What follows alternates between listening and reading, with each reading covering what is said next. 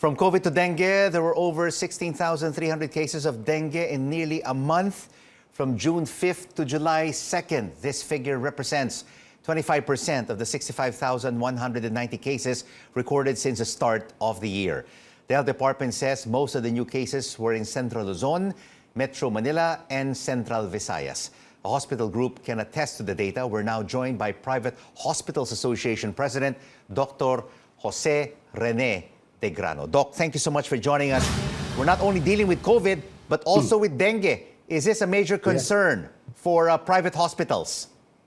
Well, of course, we are worried about the increase in the number of cases.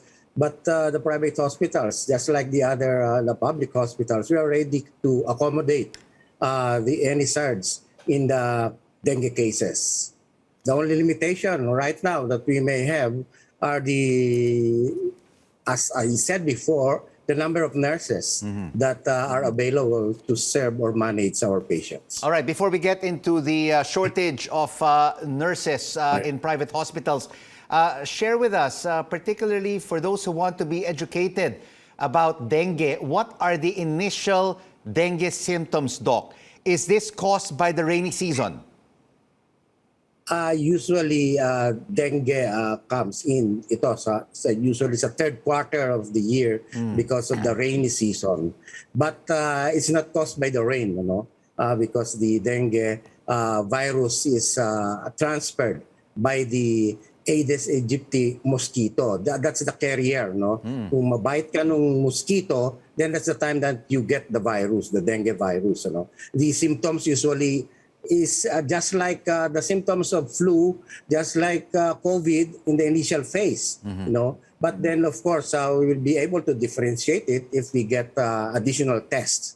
Usually, fever, body pains, sometimes diarrhea, sometimes yung mga pasa-pasa or petechiae in the skin. Those are the usual symptoms of dengue. Okay, so sometimes, Doc, with initial symptoms, is it difficult to sometimes differentiate dengue from COVID-19?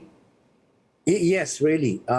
Especially the first 3 or 4 days. Usually they have the same, more or less the same symptoms. But then if the fever persists up to around 7 days, and then there are other symptoms, then you have to get a test to really differentiate between the different diseases that are prevailing right now. And what kind of test should our kababayans take if the symptoms are similar between dengue and COVID, Doc? I mean, now we have antigen tests. We also have self-test kits for dengue. What should they do? Well, for dengue, usually it's a blood examination. So you get the serum and then you test it for dengue. So if it becomes positive, then the chances of is very high of dengue infection. The COVID, of course, is through swabbing. And then, of course, the test kits, I think this should be done by professionals, or people who are trained to do it. Otherwise, we may get a lot of false positives or false results. And that is not good for us. All right. If it's positive for dengue, what must they do from the get-go? Well, usually, first, of course, they have to consult. They have to consult the doctor. And then they will be given advice whether they will have to be just observed or to be sent home. It depends on the symptoms that the patient is giving out. If there are warning signs or warning symptoms, then they will be advised to be admitted so that they will be monitored well. Have we seen a rise in hospitalizations for dengue over the past several months, Doctor?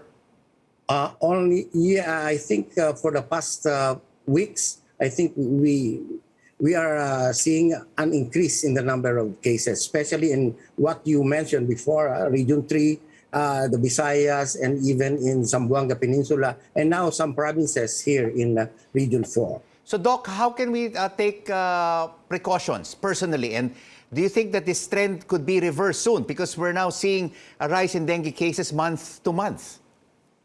Yes, of course. This usually happens in during the rainy seasons.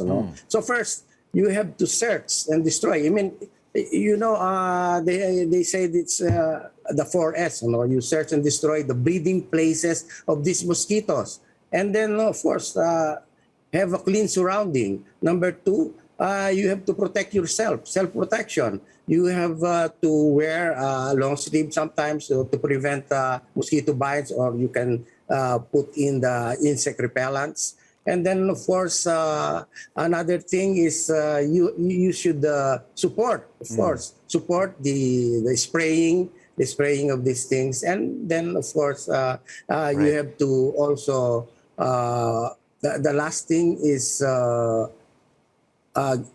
you have to get the consultation of the doctor. And we're seeing now, Doc, COVID cases rising yet again, 2,000 plus a day amid various Omicron variants. How essential is it? How important is it for our kababayans to get that booster shot after the primary doses? I think Dr. Solante is right in saying that we need to have another dose after the first booster dose. A second booster. I think, yes, the fourth dose.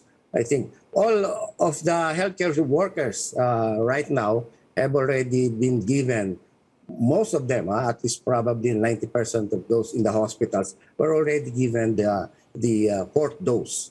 And so that increases their immunity. Yes.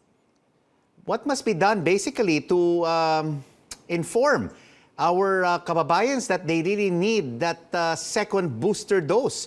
It looks like we're seeing a lot of these booster doses expiring by month's end. I think the government, the local government, even the barangays and the Department of Health should should go down to the barangay levels and give the booster doses. Do not wait for the patients to go to the clinics. I think they should go and seek those people, especially the A2, the elderly and the immunocompromised, to be given this second booster dose. Thank you so much for your insights, Dr. Jose Rene de Grano.